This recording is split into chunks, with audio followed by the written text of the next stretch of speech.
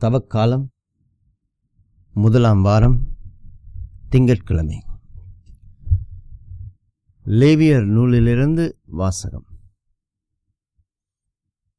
அதிகாரம் 19, வசனங்கள் 1 தொடக்கம் 2 வரை, 11 தொடக்கம் 18 வரை. ஆண்டவர் மோயிசனிடம் கூறியது: நீ இஸ்ராயேல் மக்களிடம் கூற வேண்டியது: தூயோராய் இருங்கள், ஏனெனில் உங்கள் கடவுளும் ஆண்டவருமாகிய நான் தூயவர். களவு செய்யாமலும் பொய் சொல்லாமலும் ஒருவரை ஒருவர் வஞ்சியாமலும் என் பெயரால் பொய்யாணையிட்டு உங்கள் கடவுளின் பெயருக்கு இழுக்கு ஏற்படுத்தாமலும் இருங்கள். நான் ஆண்டவர். அயலவரை ஒடுக்கவோ அவருக்குரியதை கொள்ளையிடவோ வேண்டாம். வேலையாளியின் கூலி விடியும் வரை உன்னிடம் இருத்தல் ஆகாது. காது கேளாதோரைச் சபிக்காதே, பார்வையற்றோரை இடறச் செய்யாதே. உன் கடவுளுக்கு அஞ்சி நட. நான் ஆண்டவர். தீர்ப்பிடுகையில் அநீதி இழைக்காதே. சிறியோர் பெரியோர் என முகம் பாராது உனக்கு அடுத்து வாழ்வோர்க்கு நேர்மையுடன் நீதி வழங்கு. உன் இனத்தாருக்குள் புறங்கூறித் திரியாதே. உனக்கு அடுத்து வாழ்பவரின் குருதி பழிக்கு காரணம் ஆகாதே. நான் ஆண்டவர். உன் சகோதரரை உன் உள்ளத்தில் பகைக்காதே. உனக்கு அடுத்தவர் பாவம் செய்யாதபடி அவரை கடிந்து கொள். பழிக்கு பழியென உன் இனத்தார் மேல் காழ்ப்பு கொள்ளாதே. உன் மீது நீ அன்பு கூர்வது போல் உனது அயலார் மீதும் அன்பு கூர்வாயாக. நான் ஆண்டவர். இது ஆண்டவரின் அருள்வாக்கு. இறைவா, உமக்கு நன்றி. பதிலுரை பாடல். திருப்பாடல் 19, 7, 8, 9 மற்றும் 14. ஆண்டவருடைய வார்த்தைகள் வாழ்வு தரும் ஆவியை கொடுக்கின்றன. ஆண்டவருடைய வார்த்தைகள் வாழ்வு தரும் ஆவியை கொடுக்கின்றன. ஆண்டவரின் திருச்சட்டம் நிறைவானது, அது புத்துயிர் அளிக்கின்றது.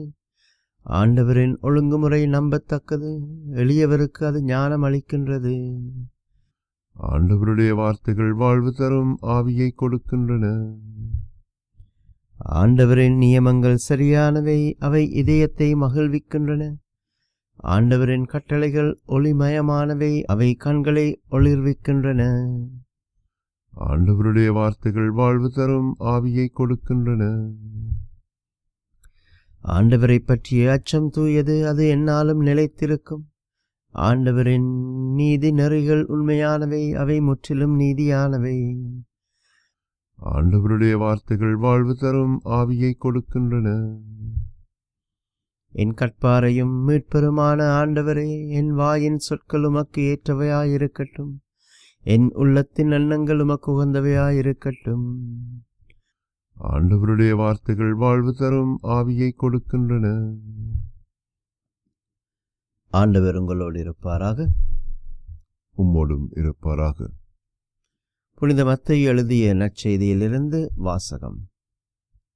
ஆண்டவரே, உமக்கு மகிமை. அக்காலத்தில் இயேசு தம் சீடர்களை நோக்கி கூறியது: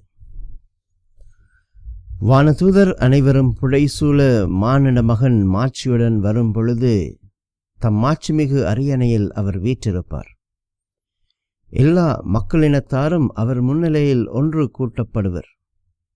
ஓர் ஆயர் செம்மறியாடுகளையும் வெள்ளாடுகளையும் வெவ்வேறாக பிரித்து செம்மறியாடுகளை வலப்பக்கத்திலும் வெள்ளாடுகளை இடப்பக்கத்திலும் நிறுத்துவது போல அம்மக்களை அவர் வெவ்வேறாக பிரித்து நிறுத்துவார். பின்பு அரியணையில் வீற்றிருக்கும் அரசர் தம் வலப்பக்கத்தில் உள்ளோரை பார்த்து: என் தந்தையிடமிருந்து ஆசி பெற்றவர்களே, வாருங்கள்.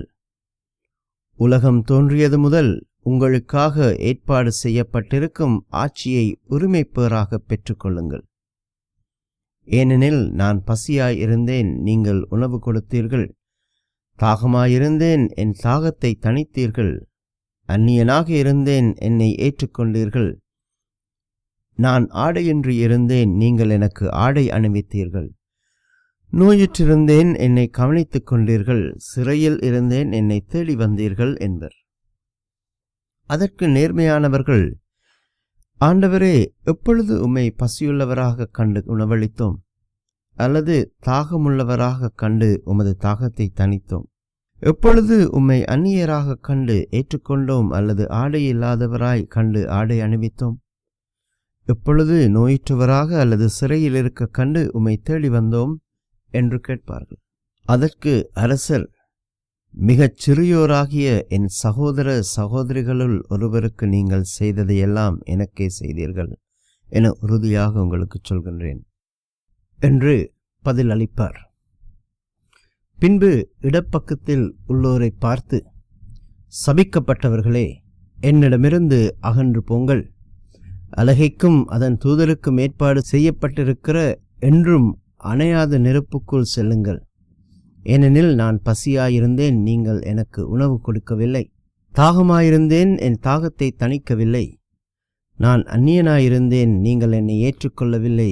ஆடையின்றி இருந்தேன், நீங்கள் எனக்கு ஆடை அளிக்கவில்லை. நோயுற்றிருந்தேன், சிறையில் இருந்தேன், என்னை கவனித்துக் கொள்ளவில்லை என்பார். அதற்கு அவர்கள், ஆண்டவரே, எப்பொழுது நீர் பசியாகவோ தாகமாகவோ அந்நியராகவோ ஆடையின்றியோ நோயுற்றோ சிறையிலோ இருக்க கண்டு உமக்கு நாம் தொண்டு செய்யாதிருந்தோம் எனக் கேட்பார்கள். அப்பொழுது அவர், மிகச் சிறியோராகிய இவர்களுள் ஒருவருக்கு நீங்கள் எதையெல்லாம் செய்யவில்லையோ அதை எனக்கும் செய்யவில்லை என உறுதியாக உங்களுக்குச் சொல்கின்றேன் என பதிலளிப்பார். இவர்கள் முடிவில்லா தண்டனை அடையவும் நேர்மையானவர்கள் நிலை வாழ்வு பெறவும் செல்வார்கள். இது கிறிஸ்து வழங்கும் நற்செய்தி. கிறிஸ்துவே உமக்கு புகழ்.